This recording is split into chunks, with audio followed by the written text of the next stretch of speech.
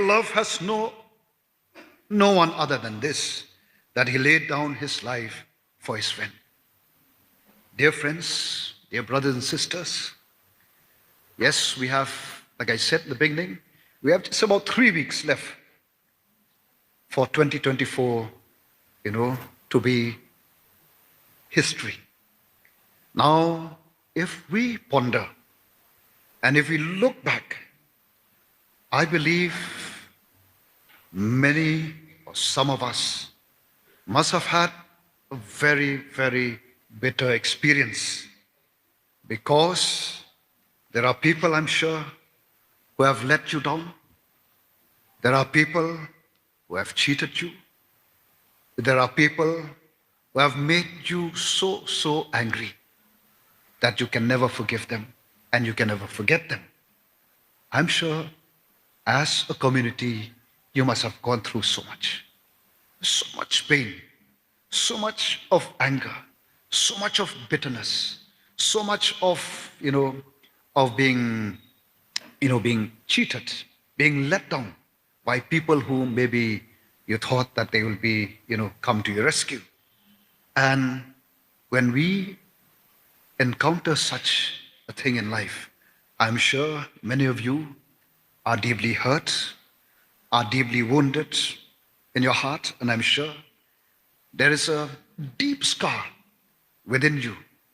And what we all need today, what you all need today, I'm sure, is healing, is the touch of God to heal your broken heart, to heal the wounds. But thank God that He gave this beautiful gift of love, and that love which is found only in our Lord and Savior, Jesus Christ. I know it's not easy for many of you. They have gone through so much, but then today I stand here to remind us as followers of Jesus Christ that it is only the love of God which can help us to love those who hate us, to love our enemies once again. I know it's a very difficult, but do we have any other option as Christian? No. There is no other way out but to accept the love that Jesus Christ, that love that God gave us in the first Christmas, and to take that love and to win over our enemies. There is no other weapon strong enough that can win the evil of the world but the love of Jesus Christ. Amen? And that is why we remember when Jesus, while he started his ministry, the Bible tells us that, for example, in Matthew chapter 9, verse 36, when Jesus saw people, the Bible tells us that he felt compassion for them because they were in distress. I'm sure this very moment, the Lord sees each one of you, and he sees the, deep down in your heart. He sees your mind. He sees your thought. He sees your heart. That is maybe in deep distress.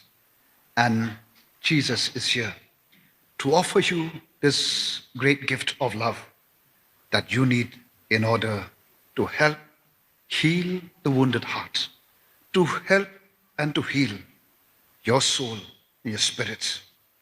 And the Bible also tells us that when the Lord saw her, he felt compassion for her and said to her, "Do not weep." And I'm sure some of you are still weeping, when you think of what has happened to many of you. And Jesus said, "Do not weep. I give you my love, a love that can help to heal you, to wipe away the tears." And we remember Jesus, on the cross. What were the words that he said? "Father, forgive them, for they do not know what they are doing.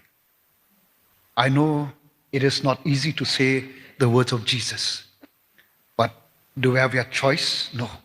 We do not have any other choice but to say, like Jesus said, Father, forgive them, for they do not know what they are doing. And we can say this only if we allow that love of God to, to settle in our hearts, allow Him to rule over our heart and our mind and our life. And this is one of the greatest gifts that God has given to mankind. And it is love that can conquer all the evils of this world. And so, my dear brothers and sisters, I know this gift, the second gift that I'm sharing with you, is not a very easy gift to accept. Because once you accept this gift, you have to use it and to win over your enemies. And we thank God that God has given us this gift, a gift which is so amazing, which the human mind will never be able to comprehend. But it is a gift that He is offering in the first Christmas, and He is offering till today, 2024. The same gift that can help us, help you as a community to overcome, the issues that, that you have been encountering over the last few years. The last gift that I want to share with you is the gift of unity and the gift of oneness. On that first Christmas, we were told that when Jesus was born, who came to the manger? We had the 3 wise men, we had the shepherds, and we had the angel also coming. Heaven and earth came together to this one place, in Bethlehem, to worship this baby Jesus, to come and kneel before baby Jesus. Now, when I think about that first Christmas, seeing the angels coming, the 3 wise men coming, and the shepherds all coming together, it is simply a reminder that with Jesus, there is no distinction, no discrimination in terms of caste, creed, position. All came together to that manger to worship this King of Kings and the Lord of Lords. And there are several passages, in fact, in the Bible that tells us that, wherever Jesus went, people would flock and follow Jesus. And that is why, Jesus said those words that in John chapter 12, verse 32. But I, John 12, verse 32, but I, when I am lifted up from the earth, I will draw all men to myself. But I, when I am lifted up from the earth, I will draw all men to myself. What is the meaning of this?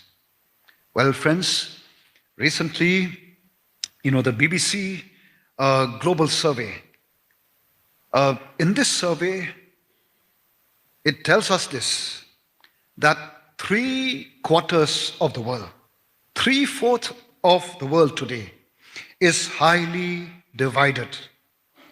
3/4 of the world is highly divided. Divided on political factor, religious factor, caste, rich and poor, indigenous, immigrants, color of skin, wealth, position, etc., etc. So 3/4 of the world is now a world which is highly divided in terms of color, caste, creed, religion, the community that we belong to, the place where we come from, in terms of our position.